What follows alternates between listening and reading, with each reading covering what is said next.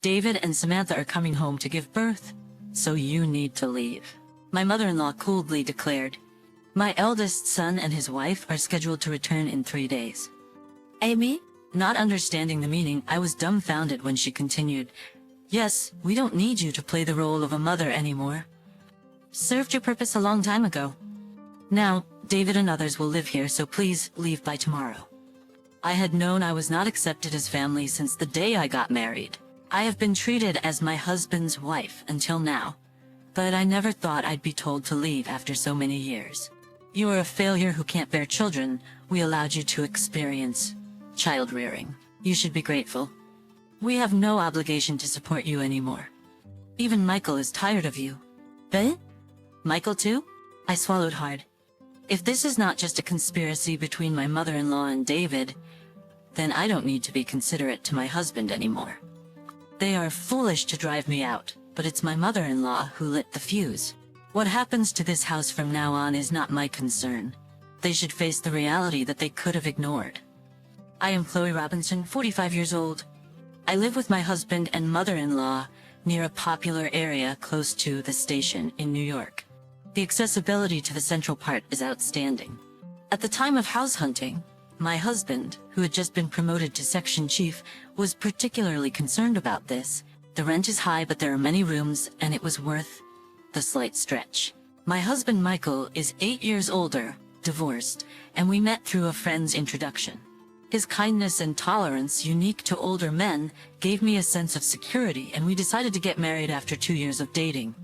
Even after I told him that I can't have children because of a past illness, his attitude remained kind.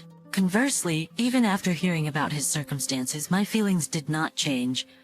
My husband had a son, David, from his previous marriage. I'm truly sorry to ask you, a first-time bride, to live with a parent and son. I will not cause you any other trouble. I will definitely make you happy. My husband promised. He even suggested moving to a spacious apartment to prepare a room for me, so I wouldn't feel stifled in the new home. David will be turning 10 this year, and with his grandma around, I think hardly any help is needed. So there's no need for you to forcibly become a mother. After divorcing his previous wife, my husband had been living at his parental home, receiving childcare help from his in-laws. Years later, my father-in-law passed away in an accident, and my mother-in-law seemed to have been taking care of David as a mother. David wouldn't meet my eyes from the first time we met. I figured it was just shyness, or maybe it was the difficult age, so I didn't mind it. As long as he accepted me as a housemate, I was fine with that. My mother-in-law was a quiet and elegant person. Even when I visited for a marriage greeting, she was polite, and I thought we could get along living together. I'll prepare the meals as usual. Michael often comes home late, so it's fine if meal times are different. Chloe, I'll ask you to take care of cleaning and laundry. Understood. Thank you very much. After getting married, I changed from being a full-time employee at the pharmacy to a part-time one. I started to work slower in the morning to share household chores, and I usually got home around 8 p.m., but the meal was always prepared when I arrived. I was thankful for this living arrangement.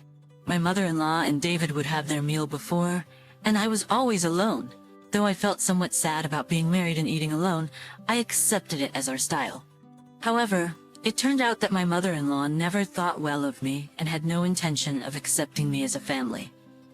David, you have a sports day coming up before summer, right? When is it? Will I go to cheer for you? A while after our marriage, I spoke to David, whom I still couldn't get close to. Yeah. No. Interrupting David's hesitation, my mother-in-law cut in. We'll go to the sports day, just Michael and me. Chloe, you don't have to worry about it. Misinterpreting my mother-in-law's words, I thought she was being considerate. I can take a day off work, let's all go together. It's fine. You are Michael's wife. The family for David is still just me and Michael. I was considerably shocked. When I spoke to my husband about it that night, my mother-in-law was always clinging to David. She probably thinks you're gonna take David from her. I'll talk to her eventually. I also started participating as a mother from that year's sports day. But aside from school events, there were almost no opportunities for David and me to be alone together. Sometimes David seemed like he wanted to say something, but my mother-in-law always intervened. I learned later on that my mother-in-law had been bad-mouthing me to David. Chloe was saying she could be happy alone with Daddy if you were gone. She's a terrible person, right? Daddy is surely being deceived by her. It wouldn't be strange if a boy in his sensitive years developed distrust towards me after hearing such things. It's a sickening story, but back then I never thought that my mother-in-law could do such a thing. After graduating from high school, David immediately moved in with his girlfriend, whom he had been dating and left home. After getting a job a year later, David registered his marriage with his girlfriend without having a ceremony. When David left home, it was surprising how my mother-in-law stopped doing household chores. Instead, it seemed that bullying me became her only pleasure. She didn't cook anymore, just sat at the dining table waiting for me to come home. I went straight to the kitchen to make dinner without even sitting down. "You really are inefficient. It's going to take you until midnight at this rate," she would say. I had always relied on my mother-in-law for meal preparation, and I was not good at cooking. As soon as the food was ready, my mother-in-law tasted each dish and complained about how bad it was every time. "I'm sorry, I'm trying my best," I would reply. "Oh, Chloe, you have no taste," she would retort. Good thing David never had to eat such things. If it's bad, she should just make it herself. She just wants to complain to me. Not only did she criticize the meals, but she also started to nitpick about cleaning and laundry, something she had never mentioned before. "Why are these clothes so wrinkled? You have to vacuum every corner. You really can't do anything right. Didn't your parents teach you anything?" she would say, sighing while looking at me. Being demeaned about my family, I clenched my fists in frustration. "I don't know how you got Michael, but I can't see you having that much charm as a woman," she would say sarcastically. And at the end of every snide comment, she would always say the same thing: "If it weren't for you, David wouldn't have left." I knew that David's departure had left a big hole in my mother-in-law's heart. It might be what they call empty nest syndrome. If taking it out on me made her feel better, I thought I would endure it with that mindset. But with a certain incident as the trigger, my mother-in-law's harassment stepped up a notch. That event was the pregnancy announcement from Samantha, David's wife, and our first daughter-in-law. My mother-in-law was elated like never before. "A baby from David. It's definitely going to be cute." "Oh, it's my first grandchild." Seeing the two so happy made me happy as well, but my mother-in-law's joy was extraordinary. The main reason for her excitement was probably because David had asked her, "Grandma, can Samantha give birth in the hospital near you and stay at your place after the birth?" Samantha's parents lived an hour away by plane, and there was no one here she could rely on, so they asked to rely on our home. Of course, my mother-in-law couldn't refuse David's request. Phone calls from David became frequent, and my mother-in-law's tensions skyrocketed. The day after a call, my mother-in-law energetically began preparations. From cleaning David's room and preparing futons to creating a list of baby items, she was busy with excitement. It seemed she had grandchild fever. Naturally, when I returned from work, I had to join in. "Chloe, I've swept David's room, so please wipe the floor and windows. Also, please wax them. We're going to the department store to look at baby beds on the next holiday." Cleaning and waxing at night was tough after getting tired from work. If I skimped, I was ordered to do it over again. Furthermore, my mother-in-law demanded money, and before I knew it, the house was overflowing with baby goods. "Chloe, please withdraw some money tomorrow. I found something I want to prepare for the baby." Again? Won't preparing so much be a waste? Let's choose together after Samantha and David come. I had wanted to respond to my mother-in-law's requests, but I was troubled being made to spend money like water.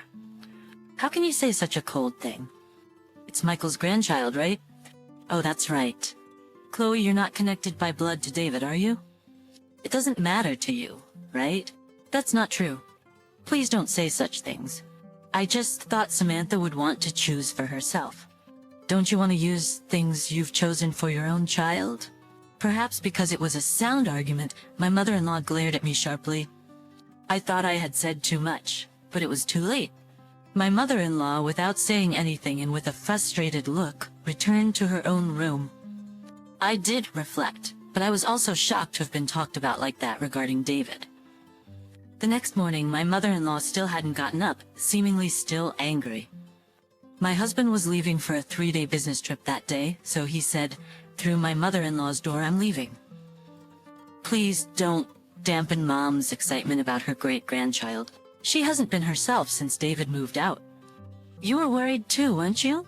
Yes, but if she spends so much money, we'll be broke by the time David and the others come.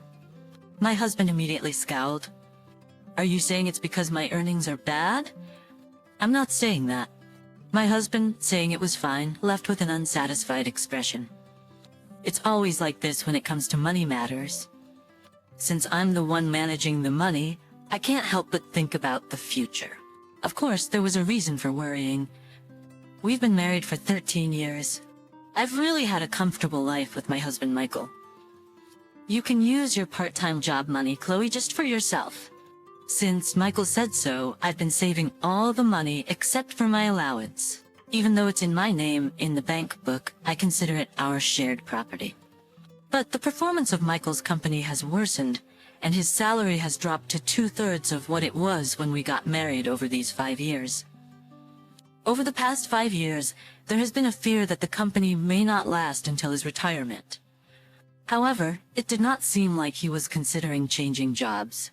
Perhaps he cannot let go of his manager title in front of my mother-in-law. Currently, I am paying the rent while Michael covers our living expenses. I have kept this a secret from my mother-in-law to protect my husband's pride. I left work early that day to apologize to my mother-in-law. When I arrived home, she was already sitting at the dining table, waiting for me. I apologized for my behavior the previous day, but my mother-in-law did not respond. Instead, she dropped a bombshell on me. She informed me that David and Samantha, my husband's brother and his wife, were coming back home to give birth, and that I should leave.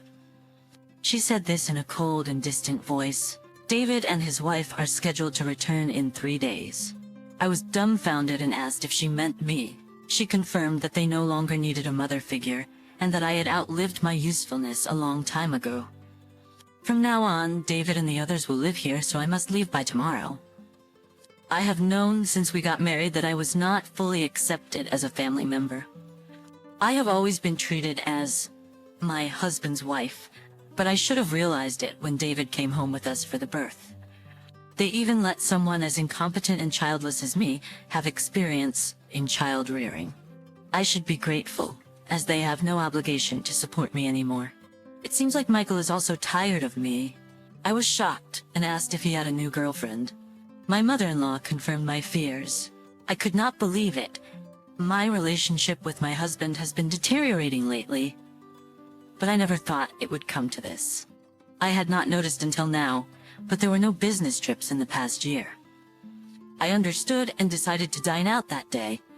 I grabbed my bag and left the house, feeling unsteady and upset about my husband. While walking, I tried calling his cell phone, hoping to talk to him about the situation. However, he did not answer. I called his company and was told that he was on a break until the day after tomorrow. The credibility of my mother-in-law's words increased. Was he really traveling with another woman? Negative thoughts flooded my mind, causing my heart to ache and tears to fall. As I walked unsteadily, I noticed a bar behind the station.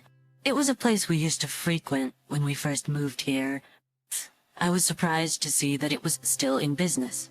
I walked in and the master's expression changed when our eyes met. As our eyes met, he gave a slight nod. Does he remember me? Master, it has been a long time since we last saw each other. It has been about 8 years. I used to come here often with my husband. It's been a while since we last met.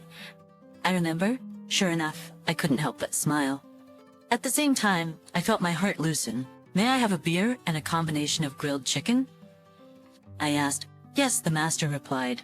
He has always been a man of few words, and that hasn't changed. I placed my cell phone on the table and the standby picture shown. It was a photo taken with David when he turned into an adult. He looks good in the slim suit we chose together. I really wanted us to be closer as a family. As I was gazing at the photo, A part-time girl brought me beer and grilled chicken. As I gulped down the chilled beer, I felt the fatigue in my heart being washed away. I wondered if it was possible to move tomorrow. After searching, I found a moving company that could do it the next day. I also checked for junk buyers and saved 2 in my favorites. On a whim, I changed my phone's wallpaper. It felt like my mind was completely clear. Both the beer and grilled chicken tasted exceptionally good. Now I'll go home and think it through carefully. As I started walking out of the restaurant, I was stopped by a girl, an employee from the restaurant, who was running towards me. "Are you Mrs. Robinson by any chance?" she asked. I happened to see her screen wallpaper just now. "Yes, I am," I replied. It felt like an act of fate. "Your husband is having an affair with one of our employees," she continued. Maybe her youth made her sense of justice strong. That must be why the restaurant owner had that expression. She went on to say that my husband still frequents the restaurant and is deeply involved with a long-standing part-time female employee. Even during work, when there are few customers, they are always talking. After the bar closes, they leave together. "They're always so clingy, it's really disgusting," she said candidly. I couldn't help but give a bitter smile. We exchanged contact details, and she said she would contact me if something happens. Her words felt supportive in my lonely battle. What my mother-in-law had said was true. Once my mind was clear, instead of feeling sad, a bubbling anger rose within me. I decided to go all out and end it. I made a reservation with the moving company I had saved in my favorites. If it's not just a conspiracy between my mother-in-law and David, there's no need for me to be considerate to my husband anymore. They're foolish to drive me out, but it was my mother-in-law who lit the fuse. What becomes of this house from now on is not my concern. When I got home, I spent until midnight packing my belongings. There's no more hesitation. At exactly 2 p.m., the scheduled moving company arrived. "As you told me, I'm leaving today. The moving company is coming, so I'm taking everything I bought. Yes, it would be nice if you could erase even the traces of you being here."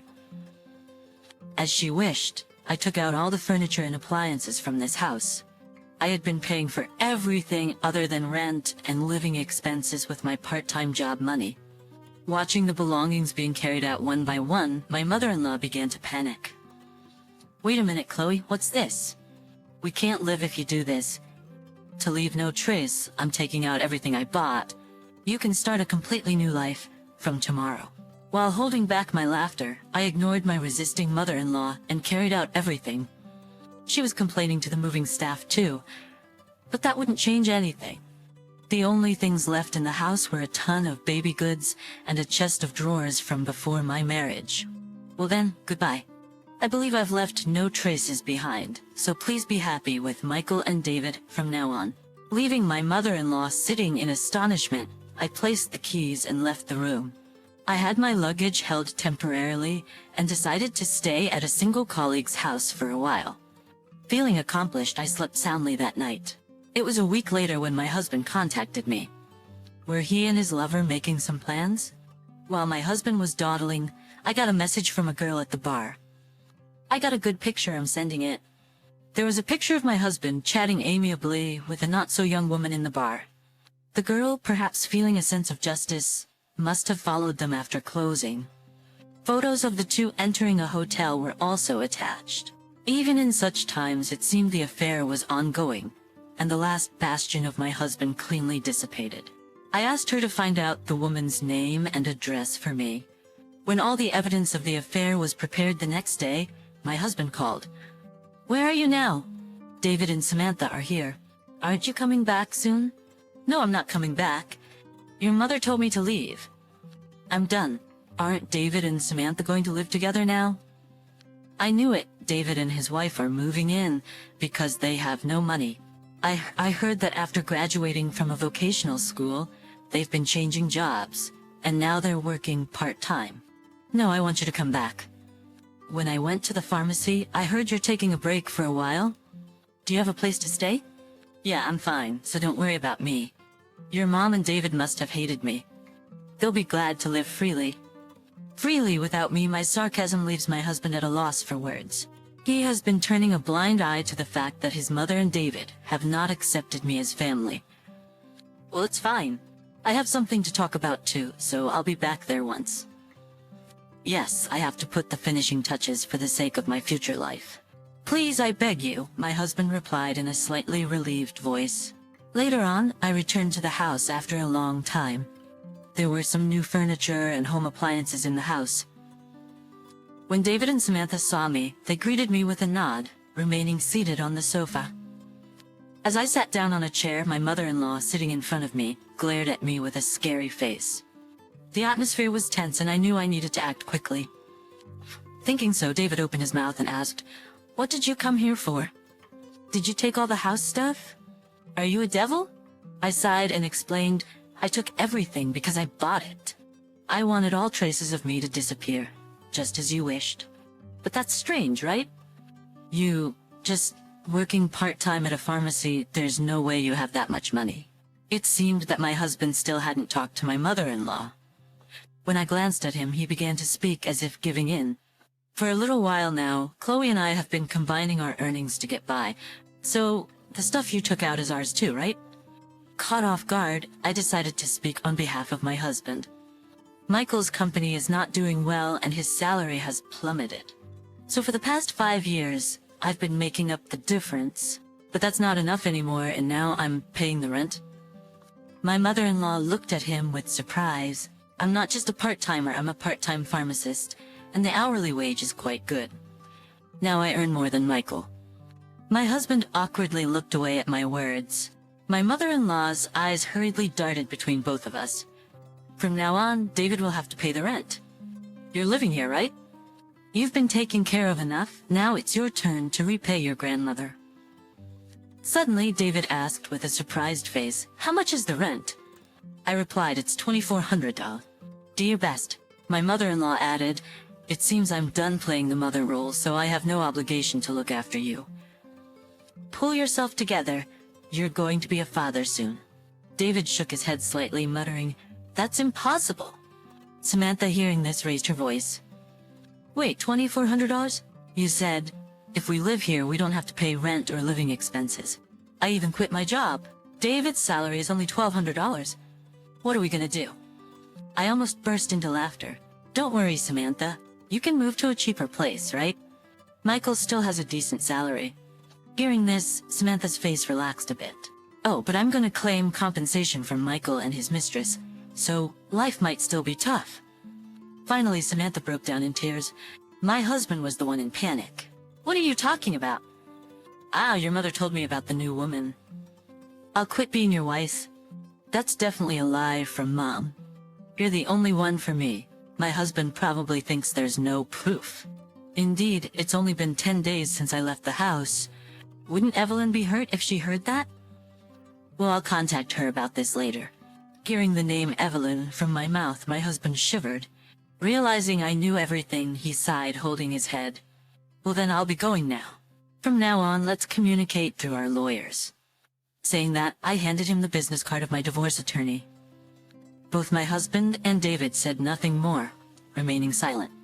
As I stand up with my bag in hand, my mother-in-law stands up simultaneously. Slamming both hands on the table, she shouts, "What is this? This mess is all your fault." In a voice so loud it's hard to believe she's an old woman, I am instinctively infuriated too. "It was you who said get out. You said Michael had another woman. You interfered with my relationship with David. It's all on you." Feeling something hot welling up inside my chest, I regret not pushing further into my relationship with David, not holding back because of my mother-in-law. "It's not about David. Play your part. Michael is having a hard time. Support him as his wife. Take your responsibility as a family. What is this woman talking about?" If she hadn't called David back to this house or hinted at Michael's infidelity, I would still happily be supporting my husband and this household. I have always believed and supported Michael. I don't need any role anymore, and I won't return. Then I look straight into my mother-in-law's eyes and say slowly, "From the beginning, I was never accepted into the family. So I can't take responsibility as a family member." My mother-in-law's lips tighten into a straight line, and she is shivering. I slip past the silent mother-in-law and quickly leave the room. Later on, my husband easily agrees to the divorce, It seems he can't argue against the photographic evidence of his infidelity. I sued my husband and Evelyn for causing me emotional distress and demanded compensation. Typical amount in compensation was demanded. It appears that they immediately began the process of moving out of the apartment. In the end, David and Samantha returned to the apartment, never to live with my mother-in-law again. My husband is considering remarrying, but Evelyn is furious at the addition of alimony and the request to live with my mother-in-law. He's also considering placing my mother-in-law in a facility. It feels pitiful to be abandoned by the son and granddaughter she has loved so much. Is this the end of my mother-in-law's role as well? If my mother-in-law had said nothing and it had just been a homecoming birth, we might still be living together. After the divorce from David, an apology letter arrives. It includes things like how he really wanted to be spoiled more as a child, couldn't talk because grandma disliked it, and was happy when I came to school events. I should have reached out more. We might have been able to establish a different relationship. Although our relationship has ended, I am silently praying for David's future happiness. I returned to my job as a pharmacist and soon rented an apartment near my workplace. Feeling uneasy about the furniture and appliances I took with me, I asked a waste product buyer to purchase and dispose of them all. Life without the bullying is quiet and comfortable. For a while I want to prioritize my own happiness rather than living for someone else. You better get out of that wheelchair fast, or you're gonna die. I hear Tyler's cheerful voice from behind me as he desperately tries to stop the accelerating wheelchair. I frantically pull the brake with my hands. He was a man careless with money, but we were supposed to have pledged our love that day. While struggling on the unstoppable wheelchair, anger welled up in me more than sadness. Ah! Thud, the wheel gets caught on something and I am thrown from the wheelchair. A loud noise echoes behind me and I lose consciousness. The next day, I wake up in a hospital room. Looking to the side, I see Tyler crying on the next bed. After a while, he notices that I am looking and starts talking with a flattering smile. Amy, you're okay. I'm glad. I got hit by a car and my leg. Getting more and more emotional, Tyler pulls off the blanket. Hey, you're gonna help me, right? We're married, aren't we? I refused. Huh, not expecting me to refuse, Tyler is dumbfounded. Who's gonna help, huh? I decide to vent all my thoughts. My name is Amy Moore. I'm a 45-year-old illustrator. I participated in national swimming competitions during my student days and enjoyed various sports as a working adult. However, about 2 years ago, I was diagnosed with a certain disease that left me unable to use my left leg. I now live in a wheelchair, and my husband Tyler, who is a year older, and I met at a group date. My family was originally wealthy, and my father was a well-known company president in society. Many people, both men and women, wanted to be associated with us for financial gain. However, my father never favored me or my siblings, and while we lived in a privileged environment, there was no return for pleasing him. Despite this, many people still approached me, and I grew tired of it. In the midst of this, Tyler was the only one who seemed to genuinely care for me, not my family's wealth. We went on picnics and mountain climbing dates, and celebrated our anniversaries at each other's homes. We were happily in love, and after 3 years of dating, we got married. Our new home was close to my in-laws' house, and they adored me, especially my father-in-law, who shared my love for sports. We often went to watch games together. We had been married for 10 years and were still happy, despite not having children. However, everything changed when I became wheelchair-bound. Tyler's attitude towards me completely changed, and he began to demand that my family pay for the cost of making our home accessible and for hiring a helper. My father refused to pay, and I had planned to use my savings and future salary to cover the expenses. When I told Tyler this, he unexpectedly brought up the topic of inheritance and how it would decrease. I was confused and asked why he was bringing up inheritance when my illness was not life-threatening. Tyler quickly changed his tone and apologized, saying he made a mistake. He then suggested that we use my savings instead, as he didn't want to reduce our marital assets. However, he continued to bring up inheritance and insurance, even suggesting that we switch to a more expensive insurance plan. I found myself unable to understand Tyler's behavior. Despite his objections, I decided to use my savings to cover the expenses. I had accumulated savings before marriage and used that year's bonus to fund the renovations. I then decided to hire a housekeeping service company 3 times a week. With the house now accessible, I was able to do the housework even in a wheelchair, so 3 times a week was sufficient. The person in charge was an older woman with a pleasant demeanor, and it became a pleasure to have tea with her during breaks. However, it seems that Tyler didn't like the woman in charge, and often complained. He would nitpick about the way she folded laundry, the order in which she arranged dishes, and even the taste of the food. One day I finally exploded in anger and asked him why he would say such rude things. He replied, "It's true, right? She's getting paid for such a shoddy job. It's unfair. Besides, why should we pay for housework? She should do it for free." I was taken aback by his ferocity, but he soon began to smirk and said something unbelievable. "If you insist, then fine. I'll deduct the same amount we're paying her from our living expenses." I felt dizzy with Tyler's incomprehensible decision. We had been paying the woman in charge about $1,000 a month, and I had been contributing half of that amount by adding it to our living expenses for my own savings. But now Tyler wanted to put that $1,000 into his own allowance instead of the living expenses. Our living expenses were already stretched thin, so if Tyler didn't contribute, I would have to make up the difference. In other words, my own out-of-pocket contribution would go from $500 to $1,500, essentially tripling. Holding my temple strongly, I answered, "If you deduct $1,000, your contribution to the living expenses becomes $500. Where do you expect me to find the extra $1,000? Tyler replied, "Well, it's your decision, so you should pay for it. You're earning, aren't you?" I couldn't believe it. It was true that after falling ill, I had bravely become independent and was succeeding, but my income was only slightly higher than when I was a company employee. If I had to deduct another $1,000, I wouldn't be able to save any money.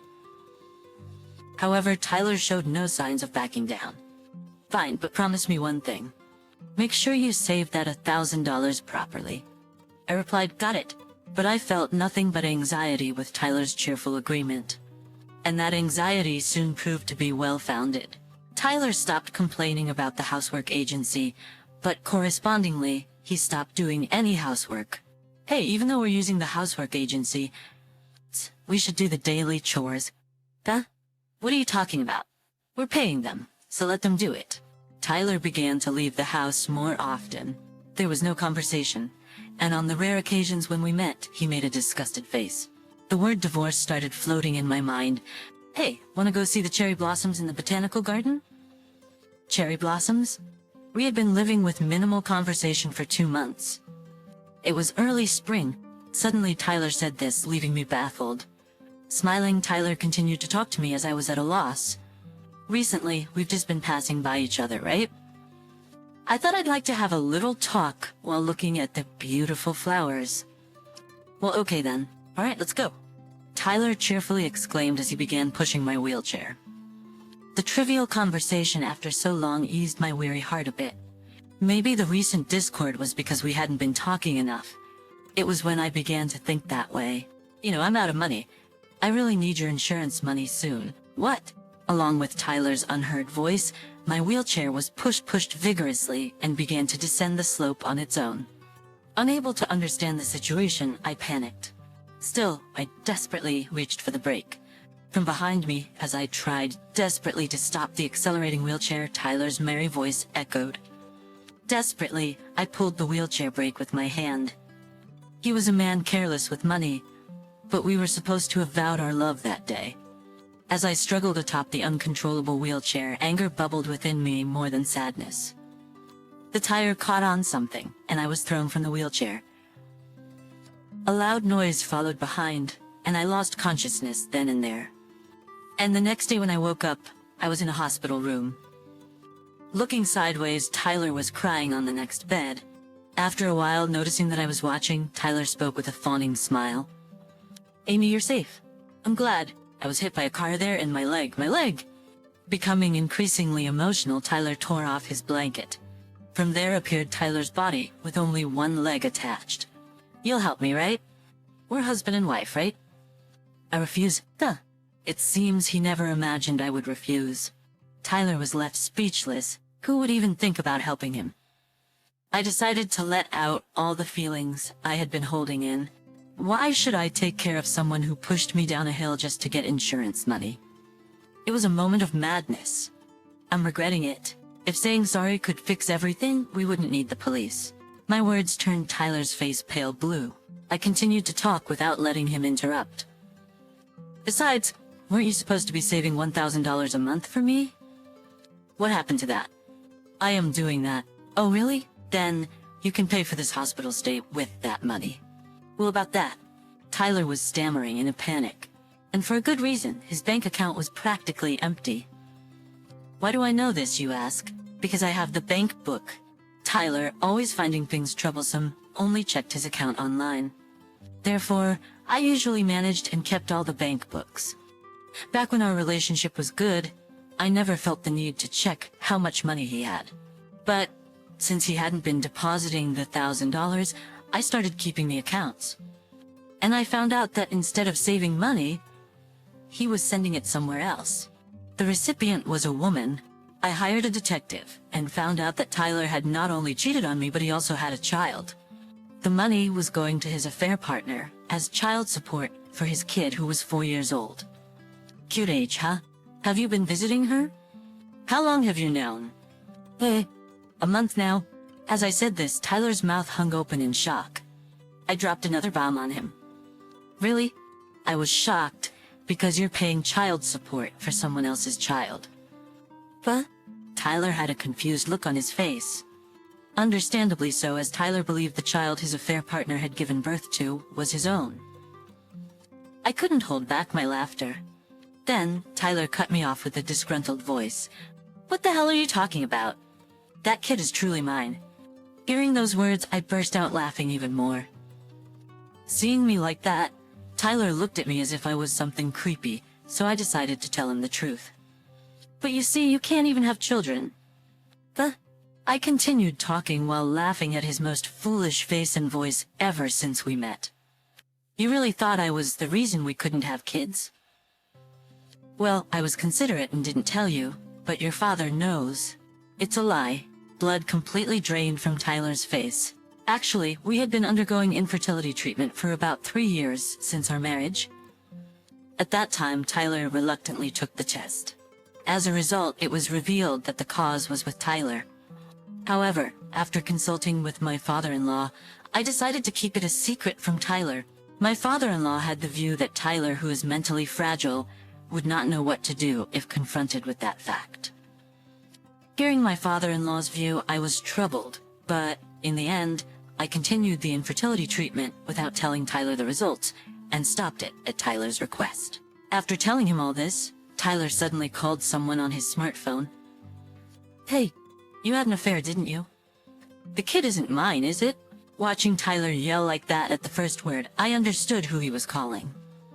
Tyler seemed to be getting arguments from the other end, and occasionally his voice would leak out sharply. Among them, I burst out laughing at the words, "You had an affair too, didn't you?" Tyler is saying this isn't the time for such talk.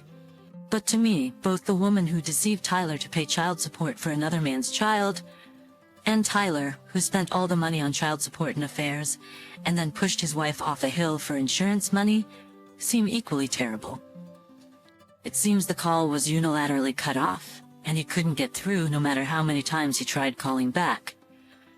Tyler was utterly angry at the attitude of his affair partner, seemingly forgetting I was beside him.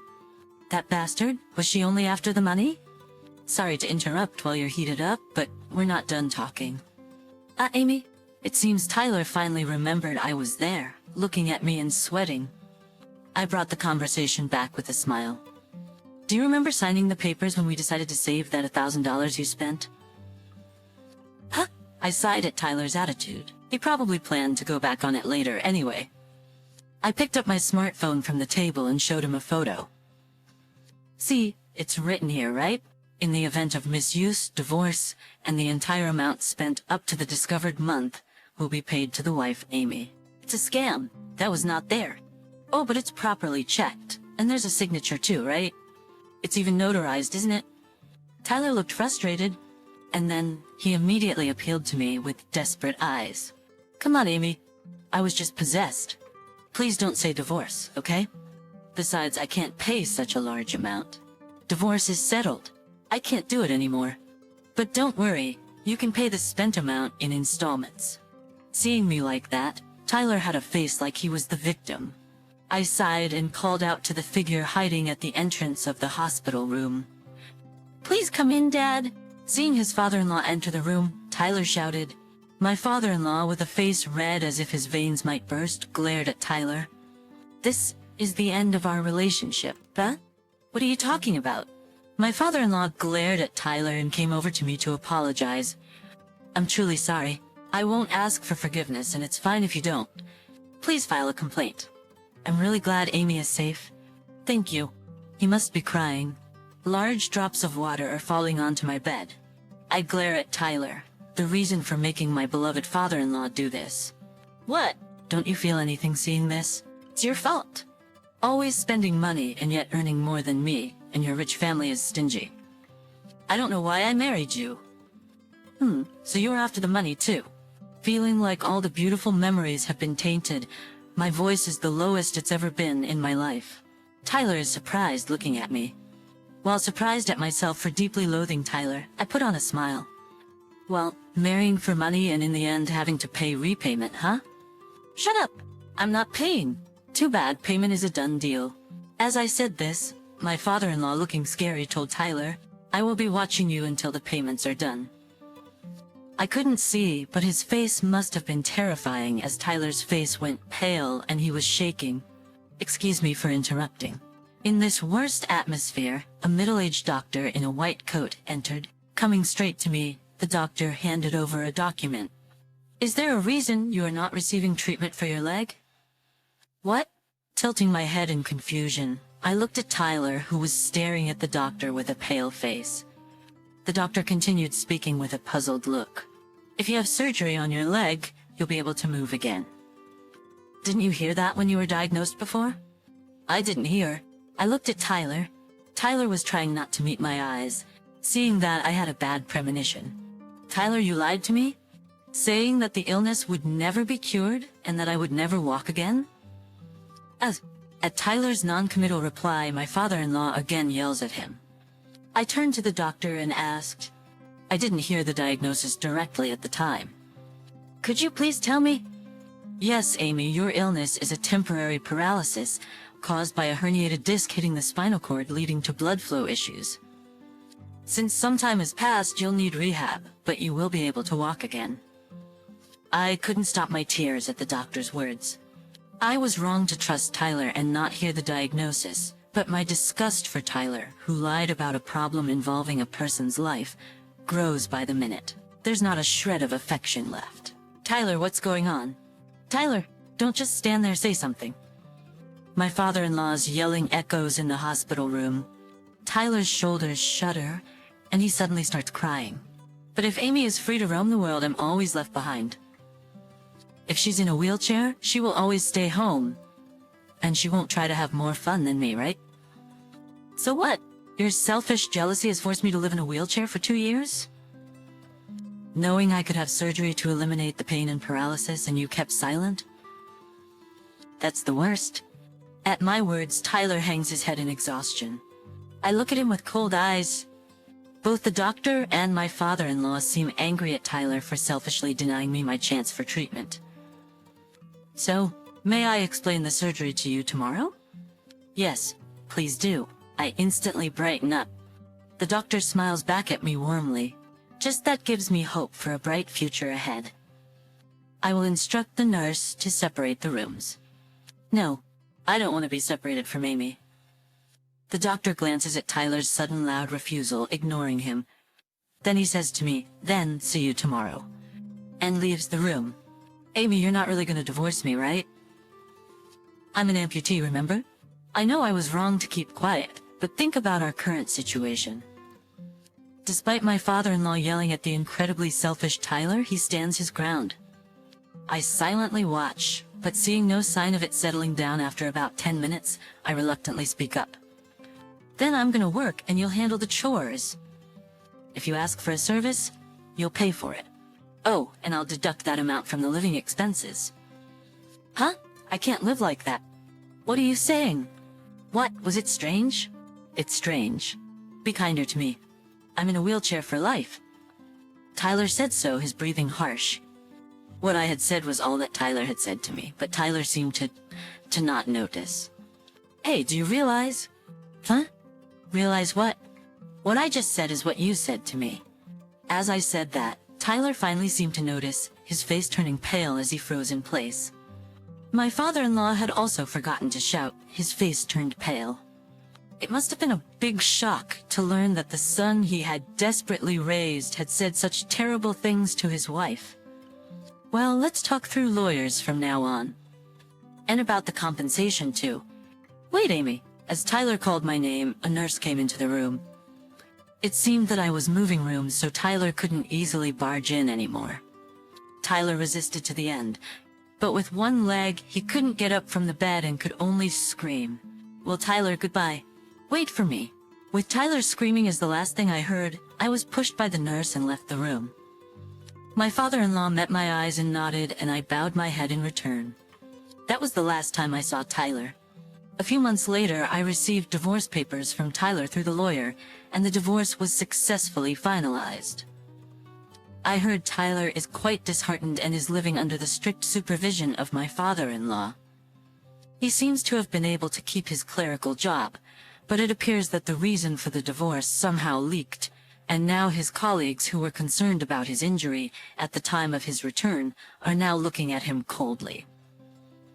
Tyler brought this upon himself, but I heard him lamenting, "My colleagues are harassing me." I couldn't help but bitterly smile, thinking he hasn't changed a bit. Actually, I still meet my father-in-law now and then after the divorce with Tyler, partly to check on his situation, but mainly because we share a hobby. Initially, my father-in-law seemed apologetic, but recently he has returned to his usual self. Upon investigation, it was revealed that the woman Tyler had an affair with was married and had been married to the real father of her child. I sent the evidence of the affair and child support transfer to the woman's husband. It seems he found out about the affair from the evidence I sent, and a huge dispute ensued. It seems they also got divorced. A resentful letter arrived at the lawyer's office, but it was ignored. As for me, I underwent surgery immediately after that, and then spent about 6 months in the hospital for physical therapy. Thanks to my father-in-law's arrangement, I was able to continue working while staying in a private room. After being discharged thanks to ongoing physical therapy and regular checkups, I can now walk with a cane. A recent daily routine is to take a walk around the house.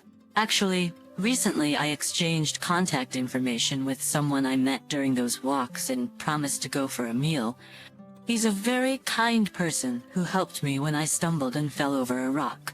These days, the exhilarating feeling of a new spring coming makes my excitement unstoppable. She just passed away. What? The stunned look on David's face as he stared at me standing in the doorway was forever etched in my mind. He seemed unable to grasp the sudden news of our daughter's death. What are you talking about? Stop with the cruel pranks. That's a terrible joke.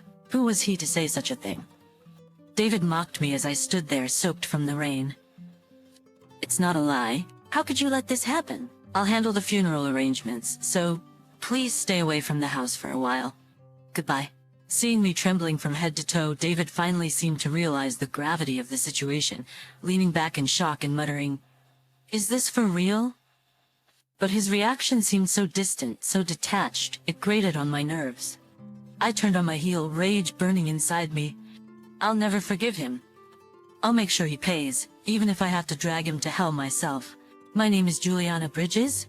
I'm 38 years old and work at an advertising agency.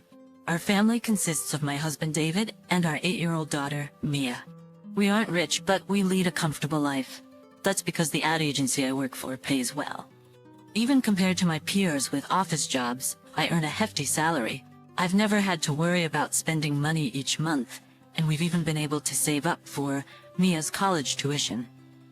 Considering the cost of living and our home mortgage, we've always had some extra money left over. David was well aware of my high salary, and perhaps his pride was hurt, because a year ago, he quit his job and started freelancing in web design. He said he switched to freelancing because his salaried job had hit its pay ceiling, but I was skeptical about how much one could really earn as a freelancer. Of course, I objected when he said he wanted to quit. I thought it would be safer to stay in his job, get his full retirement benefits, and then think about other options. But David was adamant about freelancing, so that's what he did. Ever since he began freelancing, David has been working from home. Maybe his stated reason for quitting his job was just a cover, and he was really tired of the office politics. Either way, I had to get used to a new routine, where David was always home when I left for work. At first, Mia seemed happy that her dad was always at home when she came back from school, but lately, she seemed somewhat discontented. She probably feels like she's being constantly watched. She's only 8, but Mia is more mature than her classmates. So, our life was going along without any major issues, but I didn't notice that the cracks started appearing when David began working from home. When David started working from home, I asked him if he could help a little with the household chores. Can you help with things like cleaning and laundry? I'll still cook the meals like I always have. Excuse me? Why do I have to do housework? You're home more, and you have more free time. It'd be nice if you could help out a bit when you're not too tired. Free? Just because I'm a freelancer doesn't mean I'm not busy. In fact, I've got a lot on my plate. I can't deal with household stuff on top of that. Unbelievable. David just brushed aside my modest request. I understand that freelancing can be more unstable and mentally taxing compared to a regular salaried job. That's one reason why I didn't want him to switch in the first place. But household chores are nobody's specific job, and I've been doing them all alone even though we've both been working. I thought he could share some of the load, but I work too, you know? It should be equal. You've managed everything by yourself up until now. Don't start complaining now. David, who was convinced he was in the right, wouldn't listen to me at all. In the end, I continued to handle all the household chores as usual. I don't assume he's not busy just because he works from home, but whenever I return home late at night, I'd invariably find David sprawled in front of the TV or deeply engrossed in his smartphone. Is dinner ready? He'd ask with an air of entitlement, which always infuriated me.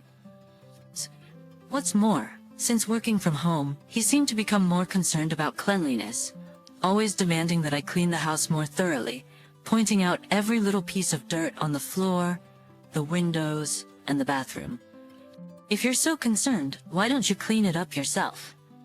I'm only human, I can't get to everything, I'd reply. You talking back to me? Clean up your own mess. It's our family's home. It's not like I'm the only one making it dirty. Yet David would go off on these bizarre tangents, and I was utterly baffled by his logic. Mia would quietly listen to our exchanges from a distance. You know, Dad's always glued to his phone. I wish we could go out together on weekends, but Daddy's always busy on his phone. Mia said one Sunday morning as I was preparing breakfast. Apparently, Mia had asked David to go out and play the previous evening, but he'd refused, barely looking up from his phone. That's true, he's always on that phone, I acknowledged. He's been like that since before you come home from work. Sometimes he's on calls too. Calls? Yeah, he always sounds friendly, and I can hear a woman's voice. That's odd. From Mia's account, it didn't seem like David was talking to a client or a colleague. I tried to think of who he could be talking to so frequently as a freelancer. I was unfamiliar with the world of freelancing, so I didn't know, but the mention of a woman's voice was definitely bothering me. Could he be having an affair? It wasn't unthinkable. He had started working from home only a few months ago, and he now had more free time than when he had a regular job. Trying to not let Mia see my agitation, I focused on preparing breakfast. Several months passed since David started freelancing. He still never helped with any of the household chores, and he began spending whole days away from home during the weekends. I have work to do, Freelancers don't get days off, he'd say as he left the house, dressed sharper than usual, even wearing cologne and accessories he didn't normally use. I had my suspicions, but with no evidence, confronting him would be pointless. Besides, even if David was cheating, I was torn about what I should do. I knew it would be better to part ways, but thinking of Mia, it wasn't an easy decision. Every day I agonized over the potential consequences for Mia of taking her father away from her. Our lives continued in this way, but a turning point was soon to come. One Monday morning, as I was preparing for work, Mia didn't get up as usual, and I was getting anxious that she'd be late for school. "Mia, it's morning. You need to get up or you'll be late for school." When I went to Mia's room to wake her up, she looked completely drained. I rushed to her side, placing my hand on her forehead. "You're burning up, Mia." "Yeah." I got a thermometer and took her temperature. It read 103 degrees Fahrenheit. "I don't know what to do. I can't take the day off today. I have an important meeting." While I was panicking, David entered the room. "What happened?" "David, Mia's running a high fever. I can't take the day off from work today. Maybe we should call a babysitter?" "A babysitter? I'll take care of her. Just let her rest, right? I can make her some soup. It'll be fine." I was utterly taken aback by David's sudden willingness to take care of Mia. David, who had never lifted a finger to help with household chores or child rearing, was now offering to care for our daughter when she was sick. Unbelievable. Though I found it hard to believe, I decided to trust him given the urgency of the situation. "Right, thank you. There's some fruit in the fridge. Give her some if she feels like eating." "Got it." Relieved by David's reassuring response, I hurriedly got ready and left the house. I was deeply concerned about Mia, but arriving at work on time was my top priority for the moment. By the time I reached my office in New York, the skies had darkened, and it had started raining. Fortunately, I had a foldable umbrella with me, so I reached the office without getting wet. The meeting began in the afternoon as scheduled, but I couldn't stop thinking about Mia. The office was abuzz due to the sound of heavy rain and strong winds from outside. Come to think of it, wasn't there news about a hurricane approaching? I'd been so busy lately that I hadn't been keeping up with the weather updates, but I remembered a warning about a hurricane making landfall tonight. During the meeting, all of my colleagues, including myself, were constantly distracted by the storm outside. Frequently glancing out the windows, I was finally done with work and heading home by 7 p.m. The earlier storm had turned into a torrential downpour, causing several train delays. The train I was supposed to catch was also delayed, and the platform was packed with people. I was really worried about Mia, who was running a high fever and couldn't bear the thought of waiting there. I hurriedly left the station and began looking for a taxi. There were many others waiting for taxis too, so it took quite a while, but after about 30 minutes, I finally managed to hail one. After a 30-minute ride, I arrived home, but was speechless at the sight that greeted me. Mia! To my horror, Mia was lying unconscious in front of our entrance. I quickly scooped her up. "Mia, are you okay? What happened?" I asked, hoping my presence would comfort her. She whispered "Daddy" and then slumped, looking exhausted. Despite being drenched in rain, her body was burning up. I turned to the taxi I had just gotten out of and honked on the window. "I'm sorry, I need you again. Please take us to the nearest hospital," I said urgently. The driver quickly opened the door, understanding the gravity of the situation. I hopped into the taxi and kept calling out to Mia throughout the ride. I was afraid that something terrible might happen to her if I didn't. I desperately wanted to know why she was outside in the first place, especially during a storm, but right now, saving her was my top priority. Despite the heavy rain and slow-moving traffic, we finally reached the hospital. "Ma'am, do take care, especially if you're heading back in this storm," the kind taxi driver said as he dropped us off. "Thank you so much," I replied gratefully. With a kind-hearted driver seeing me off, I rushed Mia to the hospital. Even though the hospital was busy with many patients, the receptionist quickly realized the urgency upon seeing Mia's condition and got her immediate attention.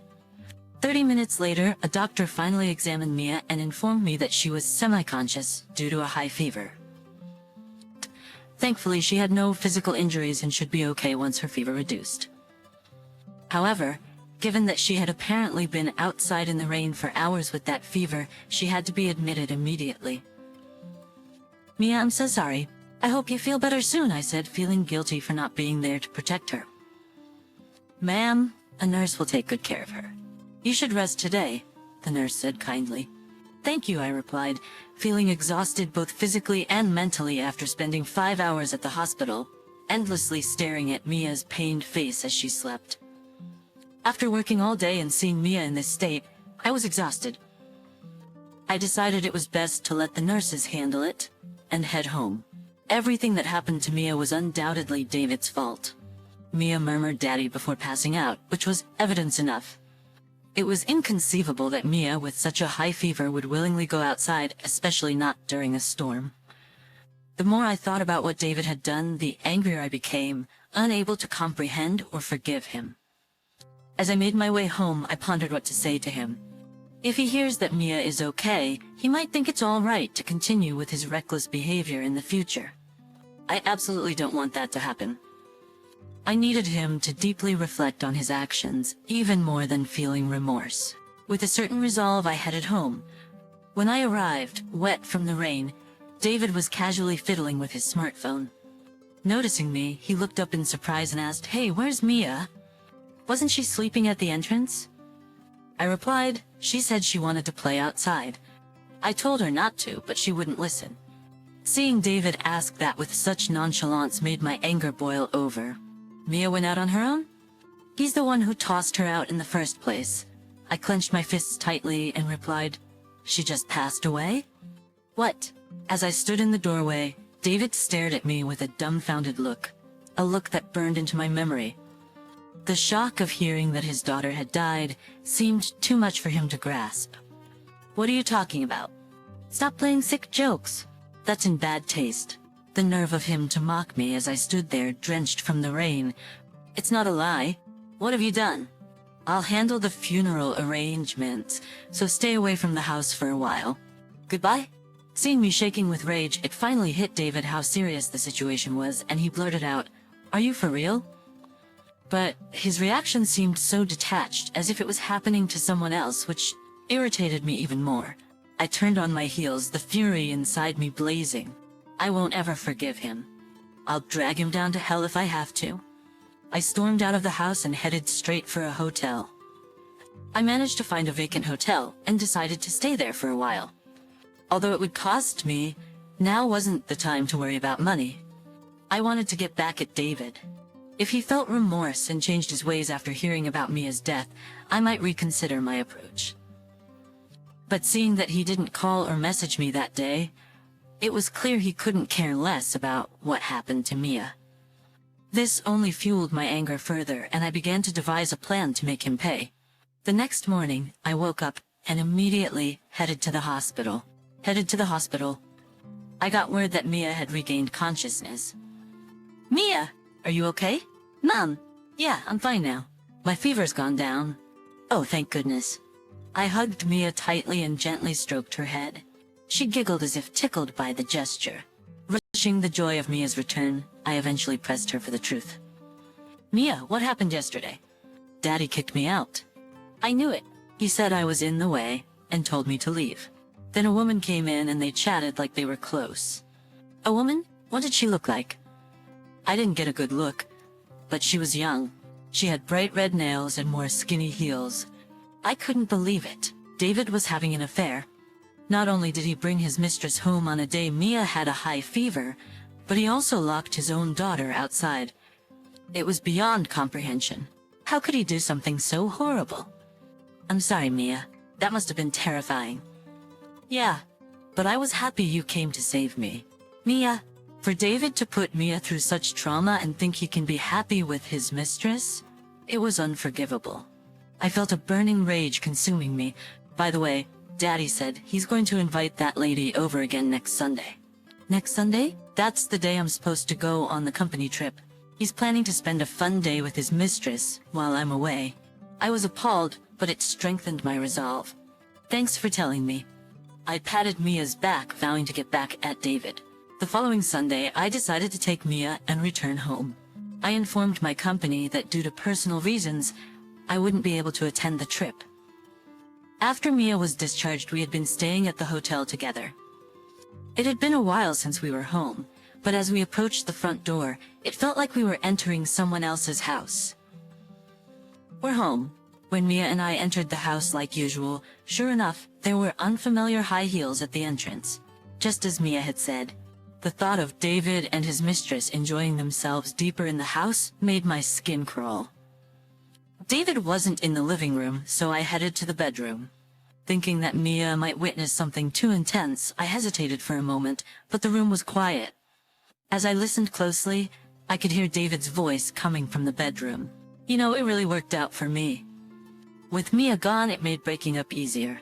How can you say such a thing about your own daughter? But yeah, for me, it was kinda lucky. Hearing the two of them talking about Mia's supposed death as if it was a good thing or lucky made my head spin. It was clear now, David didn't feel an ounce of remorse. If that's the case, it's time to confront him directly. Excuse us. Oh, you have a guest? When Mia and I appeared after opening the bedroom door, the two of them were taken aback with wide eyes. Why the hell are you here? You said you were on a company trip, and why is Mia here? What do you mean? Wasn't Mia supposed to be dead? I suppose it would be quite shocking to see Mia, who they believed to be dead, standing right in front of them. I explained calmly, the part about Mia being dead was a lie. I'm sorry, I just wanted to see your reaction. I hoped you might show some remorse, but instead, you're here celebrating Mia's supposed death. That's just insane. A lie? Damn it. You played with my feelings. Frustrated by David's feigned concern, I let out a heavy sigh. Don't mess with me. You're the one who kicked Mia out of the house, right? No, I didn't. Just, Daddy did kick me out. He said I was in the way because he wanted to be with that woman. With Mia's swift revelation, David's face turned pale. That's right. You did the worst possible thing, not just as a father, but as a human being. Mia was in such a condition that it wouldn't have been surprising if she had died. And you prioritized being with that woman over her? Pointing at the woman who had been silently watching our confrontation, I exclaimed. Oh, calling her my mistress? That's not right. She's a colleague from work. What? Wait, didn't you say you quit your job and you're freelancing now? I, caught off guard, David's hasty lie inadvertently confirmed she was indeed his mistress. Well, we don't really need to ask her now, do we? Here's the evidence of your affair. Private investigators are quite something. They gathered this much evidence in just a week. I thrust a large envelope towards David. That's right. After hearing about David's affair from Mia, I decided to get a thorough investigation. But I never imagined the evidence would pile up so quickly. Seems like David isn't very good at hiding things. Hesitantly, David opened the envelope, and as he pulled out the photos, he dropped them, scattering the evidence of his affair all over the floor. This is so unfair. Do you enjoy cornering someone like this and putting them in a situation where they can't escape? Even though he was entirely at fault, David tried to paint me as the villain, which I couldn't understand at all. I pulled out the business card of a divorce lawyer I had stashed. Who's the real coward here? I see no worth in staying with someone so thoughtless any longer. Let's get a divorce. David's eyes widened as he stared at the business card. If he truly wanted to be with his mistress, he should have been willing to accept the divorce easily. Oh, and by the way, once we're separated, you'll of course be responsible for asset division and child support, David. I'll make sure to inform your company and your parents about everything. Be prepared for that. I glanced at the woman, his affair partner, when I said you. What? I didn't know anything about this. Don't you know? You destroyed a family with your actions. You have to take responsibility. The mistress began to panic and messed up her hair. Both Mia and I watched her coldly. Mia, still a child, seemed to understand what was going on and held my hand tightly. If you don't have the money, find a way to get it. You two are in love, right? You should be able to overcome this together. Just never show up in front of Mia and me again.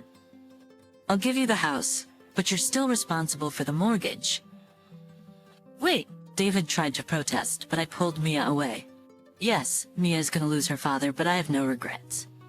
I won't put Mia in harm's way ever again. We'll do our best from now on, okay, Mia? Yeah, Mia looked surprisingly happy, which put me at ease. I decided to go back to my childhood home with Mia and stay there for a while. My parents were livid with David for cheating and putting Mia through such pain, to the point where they felt like giving David a piece of their mind. But I managed to calm them down and avoid further issues. You can stay here as long as you need.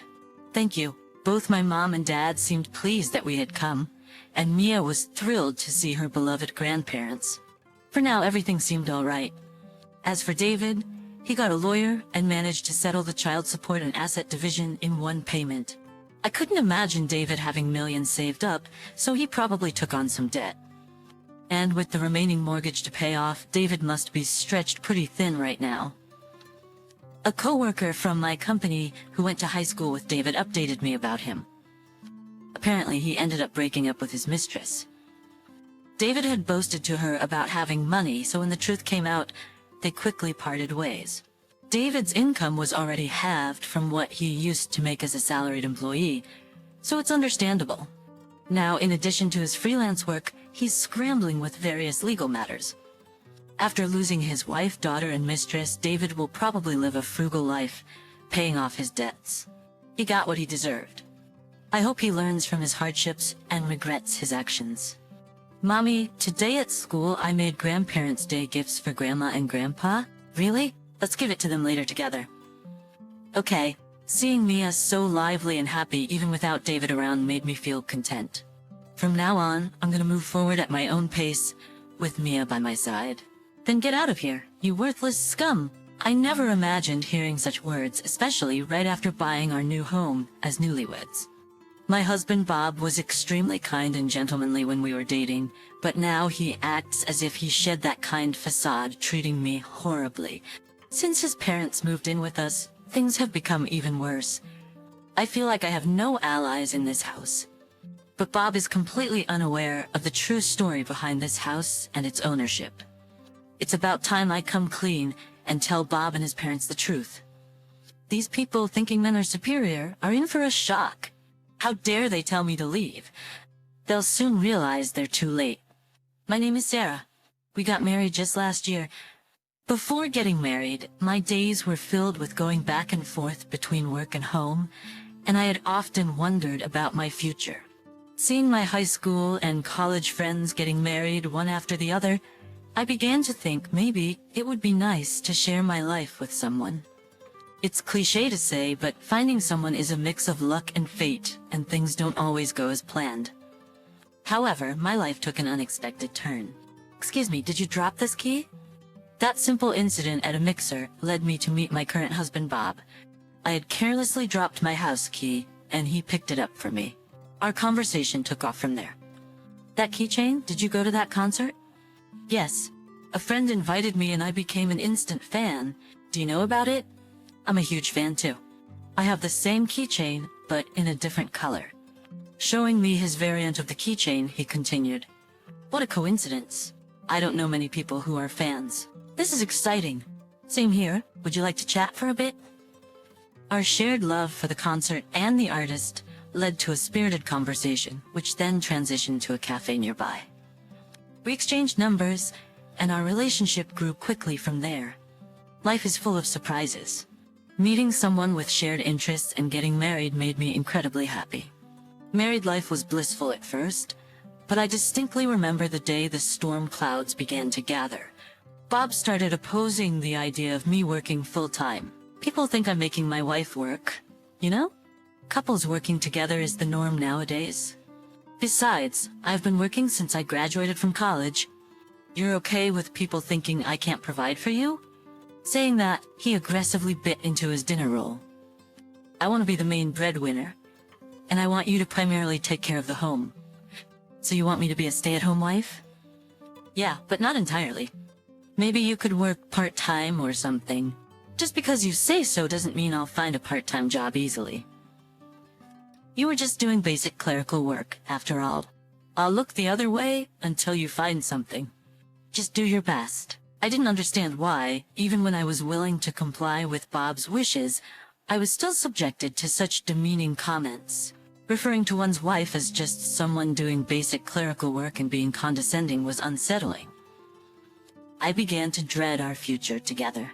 Luckily, I found a suitable remote job, ensuring a steady income equivalent to part-time work. While Bob earned outside, I balanced work from home with household chores. It seemed to be working out well for a while. But then something happened that shook our relationship to its core. One day, I overheard Bob on the phone. He seemed quite agitated. Though I couldn't hear the conversation, my curiosity was piqued. Hey, what's been going on since this morning? Did someone call? Yeah. My mom seems to have twisted her ankle falling down the stairs. Apparently, it's worse than she thought, and she can't even walk properly. Oh, that's tough. How long do you think it'll take her to recover? Bob then looked at me with an expression that seemed like he had a bright idea. How about we let my mom stay with us until she heals? It would allow her to focus on her recovery. But if your dad's with her, we don't necessarily need to have her move in with us. Dad's getting on in age. You expect him to handle all the chores and care by himself? Sarah, you're at home, so help out. I couldn't argue with Bob once he put it that way. Sometimes Bob can be very logical, and he tends to bombard me with sound arguments that disrupt my train of thought. I didn't mean it that way, but considering your dad's age and needing to support your mom on top of household chores, it must be a handful. When I was younger, I caused my parents a lot of trouble. It's not exactly paying them back, but I just want to do something for them. Hearing Bob's words, I felt ashamed, realizing I'd only been thinking of myself. That's very considerate of you, Bob. If that's the case, I'll be glad to help out. But I've only met your parents a handful of times, so the idea of living together, even for a short period, is a bit nerve-wracking. Don't worry, my mom and dad won't bite. Just be yourself. Bob tried to brush it off with laughter, but in hindsight I wish I could go back and kick my past self for even considering living together so lightly. It's too reckless to suddenly live with people you barely know. I wish I could warn my past self right now. Initially, living with Bob's parents seemed to go well. However, the harmonious balance began to shift over time. While my father-in-law was all right, my mother-in-law seemed to have an opinion about everything I did. Sarah, isn't the rice a bit bland? I'm sorry, you're not serving this kind of rice in Bob's lunchbox, are you? Yes, I often pack leftovers for Bob's lunch. My mother-in-law let out a big sigh and glared at me. Leftovers in the lunchbox? Aren't you supposed to think about what your husband might want to eat that day and make it fresh in the morning? Just throwing in yesterday's food? Is that such a big deal? Watching our exchange, Bob, instead of supporting me, sided with his mother. That's right, Sarah. You're always at home, but you can't even properly prepare lunch. It's a bit disappointing. You can't even fulfill your duties as a wife and still have a full plate of food. I was at my wit's end with the constant nitpicking that felt like a scene from a soap opera. My father-in-law would glance my way when I was being criticized, but quickly look away again. If I continued this way, I felt like I'd mentally and physically break down. Initially, before we got married, we both agreed we wouldn't live with either of our parents. But now to have them suddenly move in with the newlyweds and face a constant barrage of passive-aggressive remarks, what was this all about? I reached my limit and tried to discuss the situation with Bob, but his evident annoyance became clear. No matter how much I spoke up, Bob wouldn't truly listen. So I decided to approach my mother-in-law with humility, hoping she might be more understanding. Can I talk to you for a moment? What is it out of the blue? To be honest, Bob and I have our way of doing things and our own routines. I thought it might be good to review how we live together and see if there's any advice you could give to help us all get along better. She snorted and turned her head. Reviewing your lifestyle. Isn't that just a result of your own lack of effort? And casually addressing the mother of the head of the family like that? I'm sorry, I just thought we should try to find a compromise so we can all live together more comfortably. I mustered the courage to speak. If she thought I'd stay, I thought she'd stay silent and let me walk all over her, but she was sorely mistaken. I hoped at least that would get through to her. Are you trying to kick me out? After all, I'm just trying to teach you, since you're clearly lacking. Aren't you even grateful? Who's teaching you about the customs and traditions of the Johnson family? I've been taking you under my wing and guiding you every step of the way. I had heard that my mother-in-law also married into the Johnson family, so I wondered how my father-in-law felt about everything. When I tried to catch his eye, he quickly looked away. My mother-in-law, being a woman of many words, could blow things out of proportion. At first, I thought if we lived together, maybe we could at least get along a little. However, as I came to the realization that it was impossible, words just poured out of me. I've had enough. Please leave. Just then Bob walked in, witnessing the exchange between me and his mother. He turned to me, yelling angrily, "Well then you get out, you good for nothing."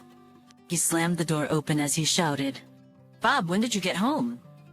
"I got a message from Mom after I finished work that you were being horrible to her. I rushed home and what do I find? You. But I've tried talking to you so many times. I told you I want to get along with your parents, but I just don't know how. Do you always need my advice for everything? This is just like you, never thinking for yourself. That's why you're so useless." He pointed towards the front door, continuing his tirade. "You're not fit to be my wife. Until you apologize and Mom forgives you, I won't either. So get that straight. Is this even real? Listen to me for once. Your stories aren't even worth listening to. I've said it before, just get out." His father, who was sipping tea nearby, avoided making eye contact with me. I remember the brief moment when he looked up. His expression was one of unease. Deep down, I was elated that my husband finally said what he wanted to. Holding back my laughter, I decided to remind Bob of some facts. "Wait, did you forget?" "Forget what?" "Do you not remember everything we went through to buy our house?" That was the story of our journey to homeownership. Right after getting married, we started looking for a place to stay, and eventually settled on buying our own home. I would have been fine with renting, but Bob was insistent on purchasing a house or apartment. Why not rent for a while? There's so much uncertainty with possible job transfers and children. Plus, saving up some more might be a better option. Saving up some more might help us get a better house in the future. Why would we want to live in a rental? Buying a house is a once-in-a-lifetime opportunity, right? Maybe if we save up more by renting first, we can afford a better home. Bob slammed his hand on the table, raising his voice. That would be too late. As a married couple, I want to act as the head of the household. Don't you understand that? Just because you buy a house doesn't mean you've achieved everything. But if you feel strongly about it, I won't oppose. Still, why are you so fixated on getting a house right now? Bob responded, clearly agitated. A junior colleague at my office got married last year and bought a house soon after. Oh, the one who transferred here a few years ago? The one you often talk about? Yeah, he came here 3 years ago. Despite being bad at his job, he was sharp about this. I just can't stand that. I was taken aback by Bob's unexpected response. I decided to ask him for more details. Why can't you stand it? Normally, juniors should follow their seniors' lead. If they can't follow this simple hierarchy, how can they be trusted with work? Don't you think so? Everyone is different, Bob. Honestly, I was a bit put off by Bob's apparent jealousy and vanity. However, I knew he had a strong resolve, and once he made up his mind about something, there was no changing it. But the real shock came when we were about to sign the contract and found out we couldn't have the house in Bob's name. Why can't I? I've been working hard in this company, right out of college, moving all around the country. There's no way I can't get a simple home loan. There must be some mistake. While Bob was causing a scene, I scanned the document handed to me. At a glance, it stated that there were issues with Bob's credit history, making it impossible to secure a loan. I wondered if maybe we could secure the loan if it was in my name instead of Bob's. I decided to suggest this to him. However, explaining the details to a panicked Bob seemed futile. You just want a mortgage for our house, right? We can request another review with your name, but how about also trying with mine? Do you think they would give a loan to a woman? It might be a long shot, but it's worth a try, right? If it goes through the second time, we will be able to buy our house. I tried to calm a shocked Bob and decided to request another credit check, this time for both of us. To ensure Bob wouldn't be shocked by the results, we had them sent to my parents' place in the neighboring town. Soon I got the news from my family. The assessment showed that a contract could be made if it was under my name. Unexpectedly, we were able to secure the contract in my name, and I was relieved when we found out we could get enough for our home purchase. Regardless of whose name it's under, we're buying this house together. I didn't want to ruin his mood, so I only told Bob that we could secure the loan and kept the details about the names a secret. So, in the end, there's no problem securing the loan, right? Yeah, now we can finally have our dream home. All's well that ends well. There had to be a mistake. How could they deny a contract to someone who's been with a major corporation for years? Name value matters, doesn't it? I didn't want to burst the now upbeat Bob's bubble. Truth be told, the house contract and mortgage are all in my name. Now, the reason we had to secure the home loan in my name and not Bob's is significant. Bob's carefree nature. I knew he'd previously borrowed student loans but hadn't always paid them back on time. I won't forget seeing his apartment's mailbox stuffed to the brim with letters. Don't you check your mail? You might have some urgent or important stuff in there. I'll check when I feel like it. Sarah, you really noticed the little things. Back then I couldn't press further, but I did notice some overdue notices. Looking back, our marriage has been full of mishaps. His credit cards often got declined because he didn't keep enough money in the bank.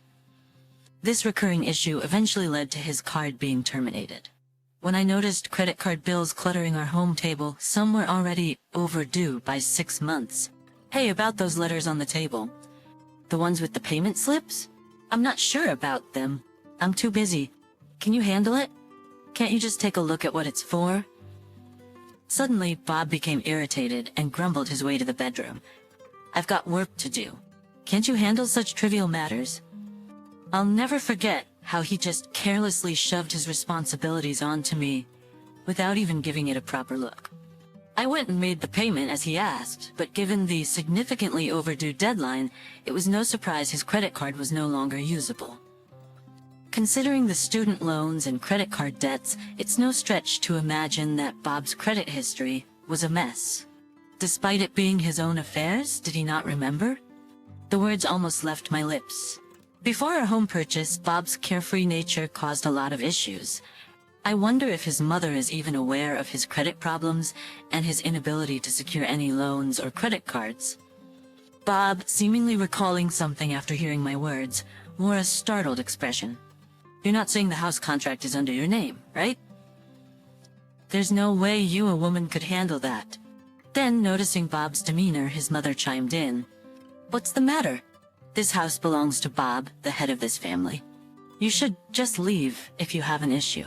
Since when did this house become Bob's? It's always been his from the start. In fact, if you want to stay, maybe you should get on your knees and beg for his mother to say something so ridiculous. Ignorance is a sin, and it's embarrassing. It felt like that phrase was made for her. So, could you please stay quiet for a moment? If it makes you feel better, you can kneel before me right now. Why should Bob or I bow down to the likes of you? I got up from the chair and muttered to myself, where should I start explaining to her? Suddenly Bob grabbed my shoulder and exclaimed, Stop it! Don't say anything unnecessary to Mom.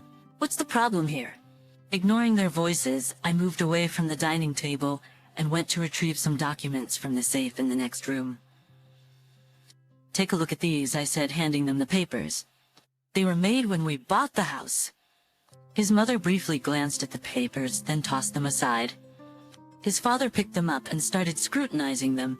Sighing, he looked at me, probably pondering something. Is this some contract or something about the house that Bob bought? I asked. Look closely. Both the mortgage and the ownership of this house are under my name. His mother almost jumped out of her seat. That's impossible. There's no way a woman could have a contract over the man of the house. Well, it's the truth. All thanks to Bob's careless personality, though. Who are you calling careless? She closed the gap between us in a rush. If she's gonna push it this far, it's time to lay all the cards on the table. You mean to tell me you haven't noticed Bob's recklessness? He rarely meets any payment deadlines, and I've had to cover for him most of the time. You really can't believe that? He's been out of the house since high school, so I have no idea about his life after that. And so what if he made a few mistakes at home? Why make a big deal out of it? I handed her a document detailing his credit history. "What's this paper?" she asked. "It shows that Bob has no financial integrity because he's careless with money and deadlines." "Integrity? What are you talking about?" His father interjected. "You really don't know? If you did, you'd realize how embarrassing it is to owe money and act like everything's fine." His father was glaring fiercely at both Bob and his mother. I had never seen him look so intense. He's usually reserved and avoids making eye contact. Bob and his mother, on hearing my words, turned beet red and started trembling. What I was telling them had shaken them to their core, I thought to myself. "You badmouth your own husband. Don't you think you're lacking the awareness of being a wife?" His mother always sides with Bob, but there's a limit. I pulled out an envelope. "It's not just Bob, ma'am. Taking and spending someone else's money without permission is the start of theft. So now you're calling me a thief? That's a terrible accusation. Who's the real thief here, trying to steal my son from me?" She seems upset, thinking I stole Bob from her through marriage. But I calmly told her, "There are some strange charges on my credit card statement that I don't recall making. Doesn't that seem odd to you? Why are you pinning this on me?" "Don't blame others. She's still trying to play innocent." Talk about not knowing when to quit. "Didn't you use my credit card at the convenience store near the station last week? Turns out an acquaintance of mine works there and saw you. You're lying, right?" "Do you think I am? I can even tell you what you paid for. Want me to list it?" "So what if I did? Bob's my son, so anything that belongs to him belongs to me too, right? Making a big fuss over nothing. You have no common sense. It's ironic that a woman with no common sense is lecturing me about it. Using someone's credit card without permission is a crime, you know? I might have just confused it with some loyalty card or something. That's not gonna cut it. My friend clearly heard what you were saying. You can't just claim ignorance." I didn't miss the way her cheek twitched. "You're so sneaky, always doing things behind the scenes. Who's the sneaky one here?" "My friend told me you said it's my daughter-in-law's card, so it's fine, while paying at the register. And, you know, that store has security cameras. If I went to the police, they'd take action." "You're gonna throw me in jail?" Hearing this, Bob chimed in. "We're family living under the same roof. Isn't it a bit much to hold a grudge over just a little credit card use? With all the nonsense, I just wanted this to end." I took out my phone and said, "I've reached my limit living with the two of you. Let me say it one more time. Leave my house." As I said this, I showed them the phone screen, ready to call the police. "If you continue to deny the credit card issue, I'll report it as theft to the police. And I can't live with Bob anymore. You're gonna abandon our marriage just like that? Aren't we supposed to support each other? I never thought I'd hear you talk about mutual support in a marriage." "Fine. If you won't leave, I will. Expect the divorce papers soon." Bob pleaded, not wanting a divorce, while his mother kept muttering about the police being a bluff, and his quiet father remained silent, as usual. For me, I had said all I needed to. I already consulted with a divorce lawyer, and it was just a matter of letting them handle things. I never imagined they'd be like this, but maybe it was a blessing in disguise to see their true colors so soon. In the end, Bob and I decided to divorce. The lawyer said Bob and his mother resisted until the very end. At first, they were defiant, saying things like, I might still forgive you now, and you lack the awareness of being a wife."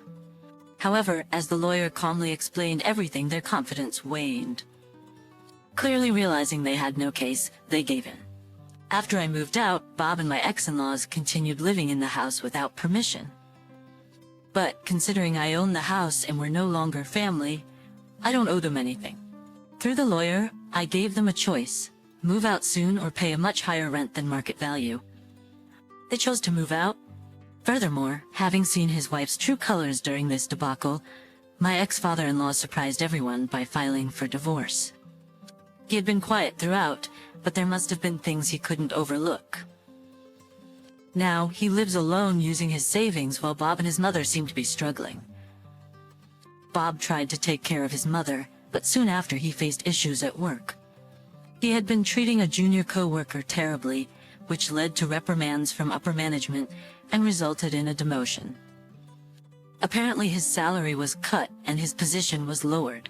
It was quite a sorry state. Eventually, he resigned but hasn't found another job, forcing him to live in poverty. What goes around comes around. After our split, I've been enjoying my solo life. Not having Bob and his mother around is such a relief. I didn't realize how stress-free it could be. Sometimes their actions still infuriate me, but I focus on my work instead of dwelling on it. Through a friend's recommendation, I started working at a new workplace and find myself tackling unfamiliar tasks every day. In this new environment, I'm also considering obtaining certifications, so my days are pretty busy. But I kind of prefer being busy. It keeps my mind from wandering, making things easier for me. On my days off, I love cafe hopping and enjoying some reading time. It makes me feel truly happy. Right now, I cherish these moments of personal joy and contentment. Are you kidding me?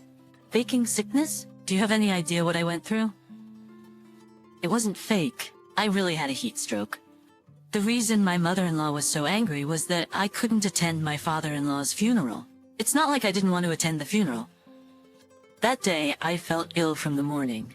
I had symptoms of heat stroke and couldn't attend. I had a heat stroke and couldn't even stand up. I deeply regretted not being able to attend, but my mother-in-law didn't care about that. She yelled at me, saying, "You could have come if you really pushed yourself." I was so weak that I couldn't even stand, and I thought I'd be more of a bother if I went. "Stop messing around," she scolded. "I don't want to hear your excuses." After our argument, my mother-in-law pushed me hard.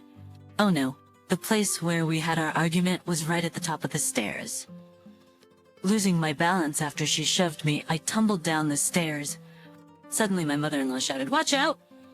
It took me a second to understand, but I saw her beloved dog at the bottom of the stairs.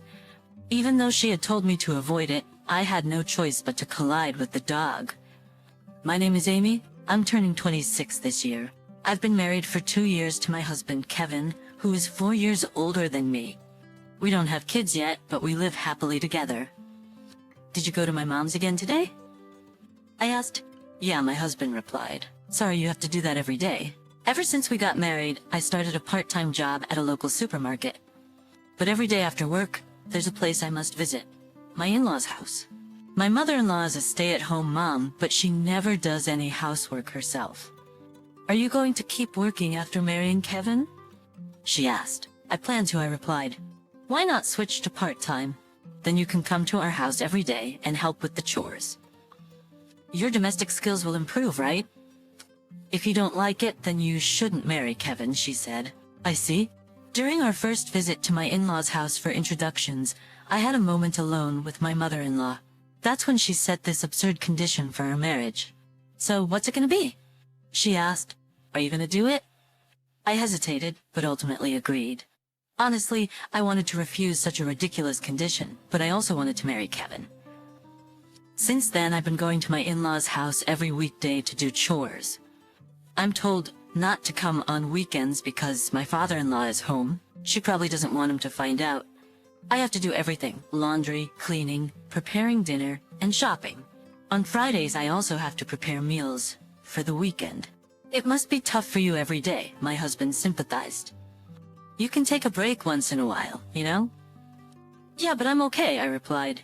My husband tries to comfort me with kind words, but if I didn't have to go, I wouldn't.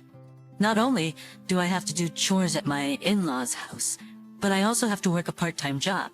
I have to do chores at my in-laws' place, but I also have to take care of our own home. I once asked my mother-in-law for a day off, but she coldly suggested, "Oh, really? Then we don't need you in this family anymore. Why don't you divorce Kevin and live a carefree life on your own?" I don't want to get a divorce. My parents were so happy about our marriage, so it's been difficult for me to tell Kevin that it's too much for me. How much longer will this continue? Physically and emotionally, I felt like I was reaching my breaking point and had dark thoughts every day. But I never imagined things would escalate so much with my mother-in-law. One day, after finishing my part-time job, I went to my in-laws' house as usual. My mother-in-law had a serious expression on her face. "What's wrong?" "Oh, Amy, it's nothing," she replied, but her face was somber and her voice was low. She was clearly not her usual self. I should have left it at that, but for some reason I was concerned and asked her again. "You look upset. What happened?" "Well, my husband has been diagnosed with colon cancer. They've given him only a short time to live. He's been urgently hospitalized, and he might not come back home." I hadn't seen my father-in-law recently, so I had no idea he was suffering from such a severe illness. Being told about the limited time he had left, I didn't know how to comfort my mother-in-law, and I fell silent. "You don't have to be down too. Just go home for today. Do you not want me to do the chores?"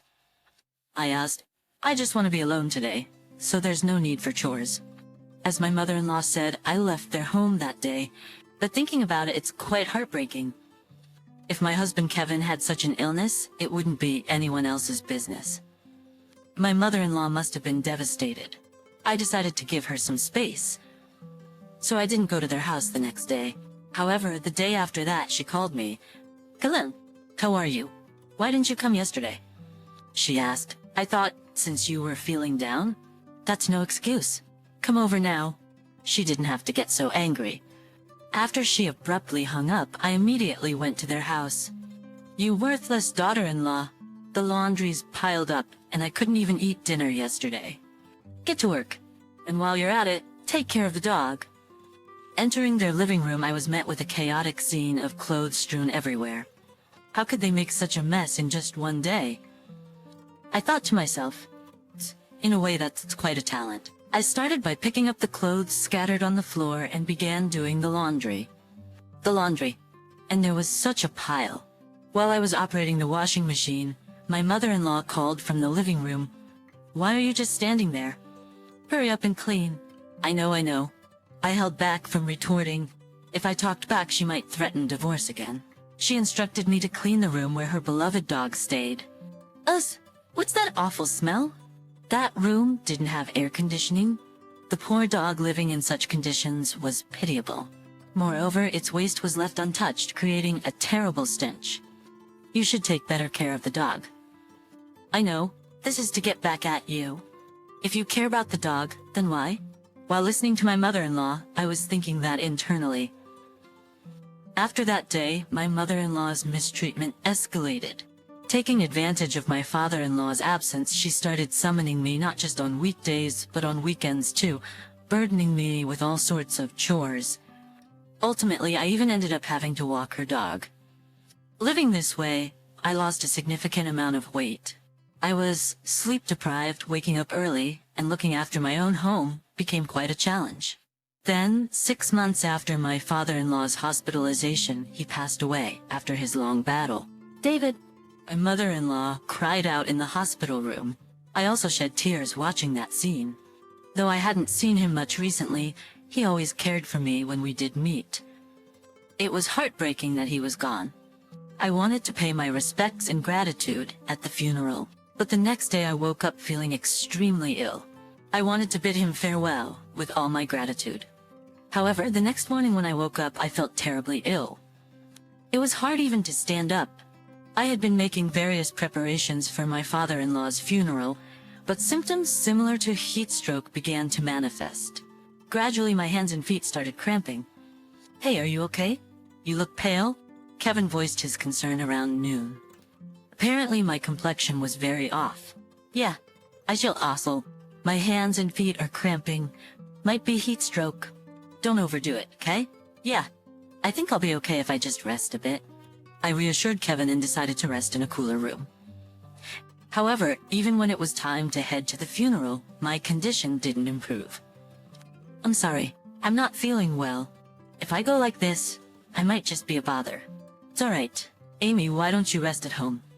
I'll explain everything to everyone." "I'm so sorry. I couldn't be there for your dad's last moments." "Don't apologize. It's only natural to prioritize your own health. Make sure you get some good sleep, okay?" Reassured by my husband's kind words, I saw him off as he left for the funeral, and feeling relieved, I soon fell asleep. When I woke up and checked the clock, it was just past 5 a.m. the next morning. What? I slept that long? I was surprised at how long I'd been out. But thanks to that, I felt completely refreshed. As I went about my usual routine, making breakfast and cleaning up, my husband woke up. Good morning. Did you sleep well? Good morning. Thanks to you, I'm feeling great now. About yesterday, I explained everything to Mom, but she's really upset you didn't attend the funeral. Figures. Guess I have to go and apologize.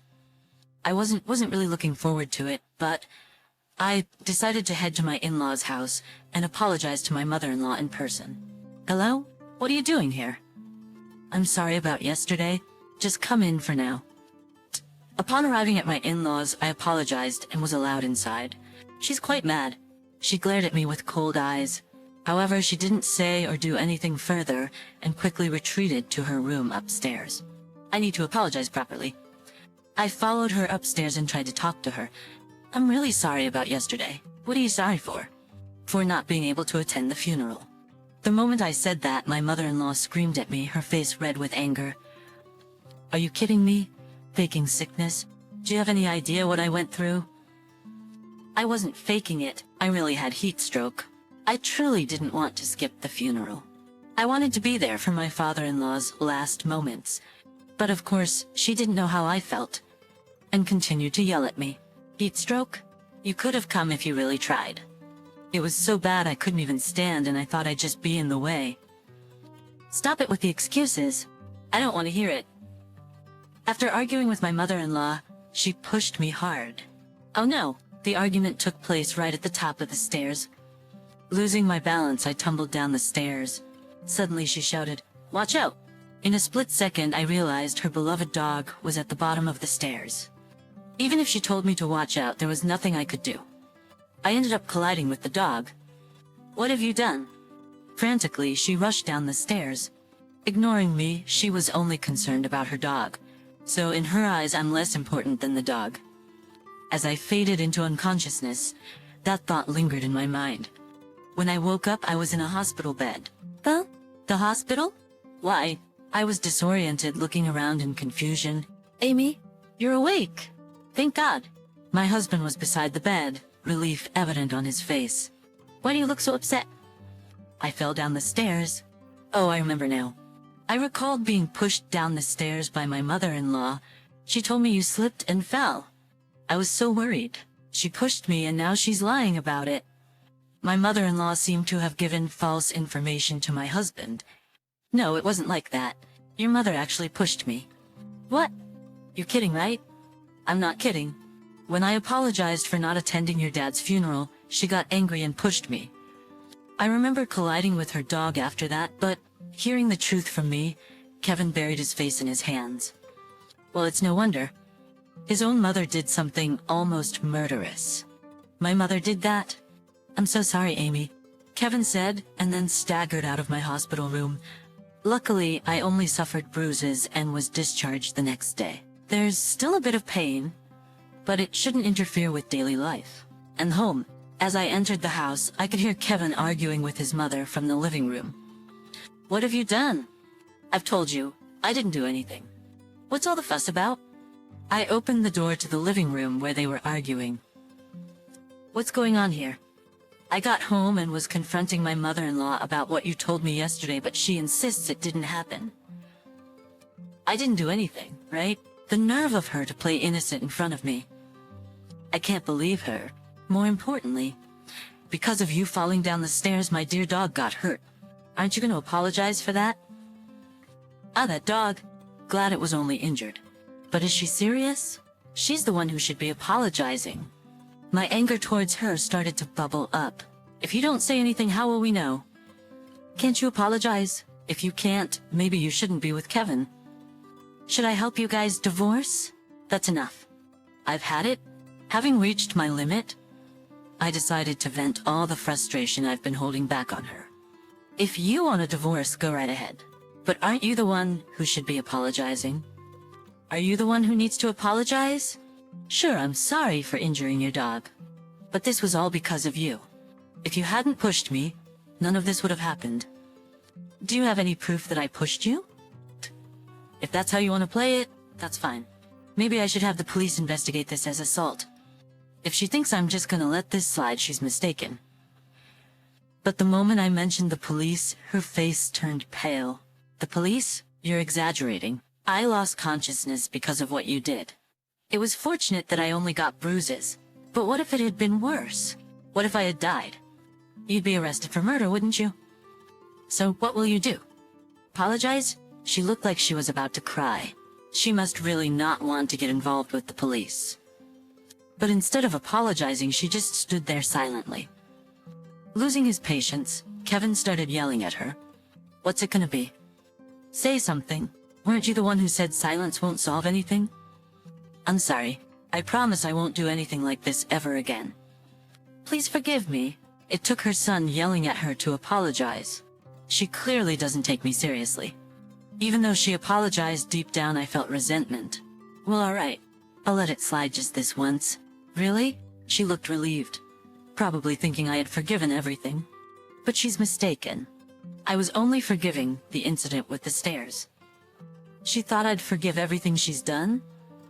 Boy, was she wrong. I confronted my mother-in-law and said, as for this incident, sure, but I'm not gonna let go of everything else. Every single day you took advantage of me. Cleaning, laundry, cooking, shopping. You dumped everything on me. Every time I tried to refuse, you'd threaten me with divorce. I'm fed up. I never want to see your face again. Just get out of here. I'm so sorry. In sheer fear, my mother-in-law's voice wavered, and she slumped to the ground. It seemed her knees had given out, unable to get up. Looking down at her, I pressed on. Don't you dare dump your chores on me again. And if you try anything like this, I won't hesitate to call the police. Got it? Now, get out of this house. Yes, I'm sorry. The tables had turned. Completely terrified of me, my mother-in-law crawled out of the living room and left my house. Phew, that felt good. Amy, when you get mad, you're kinda scary. Well, maybe if you take me lightly, you'll end up like your mother. I'd never underestimate you. I'll take it to heart. After my mother-in-law left, Kevin and I had that conversation. In the past, I was constantly threatened with divorce by her, never really able to speak my mind. This incident allowed me to finally give her a piece of my mind, a silver lining in an unfortunate situation. Thinking about it, no one can force someone to divorce. Back then, I felt cornered and unable to think clearly. At least now, I don't have to visit and take care of her anymore. She's going to have to step up and do her chores. A week later, I was back to my peaceful routine. The bruises from the fall had healed and I felt no pain. What made me happiest was not having to go to that stressful house every day. After finishing my part-time job, I returned home to relax and do housework. The simple joys in life felt so rewarding. I'm home, Kevin said as he returned from work, though he was later than usual. Welcome back. You're late today? Did you have overtime? I asked. No, I went to check on my mother, Kevin replied. Right. I might have cut ties with her, but she's still Kevin's only remaining family, I thought to myself. Oh, I see. How is she doing? Is she okay? I asked Kevin, but as I did, his face darkened. I thought, could she be sick? If so, I genuinely feel sorry for Kevin. Losing both parents to severe illness one after the other, I thought to myself. But it turned out I was mistaken. She's not doing any housework, Kevin said with a heavy sigh. The house is filled with trash, clothes scattered everywhere, and she hasn't been taking care of the dog either. It stank so bad. She probably forgot how to do housework since she always relied on me. But when I yelled at her, saying if she can't clean, I'll put her in a care facility, she quickly started cleaning. It's just unbelievable. After being disappointed by her son and abandoned by her daughter-in-law, she's reaping what she sowed. 6 months later, Kevin occasionally visits her, but she's still as lazy as ever. But I've got my own life now. I've decided to live happily with Kevin and our unborn child without any interference.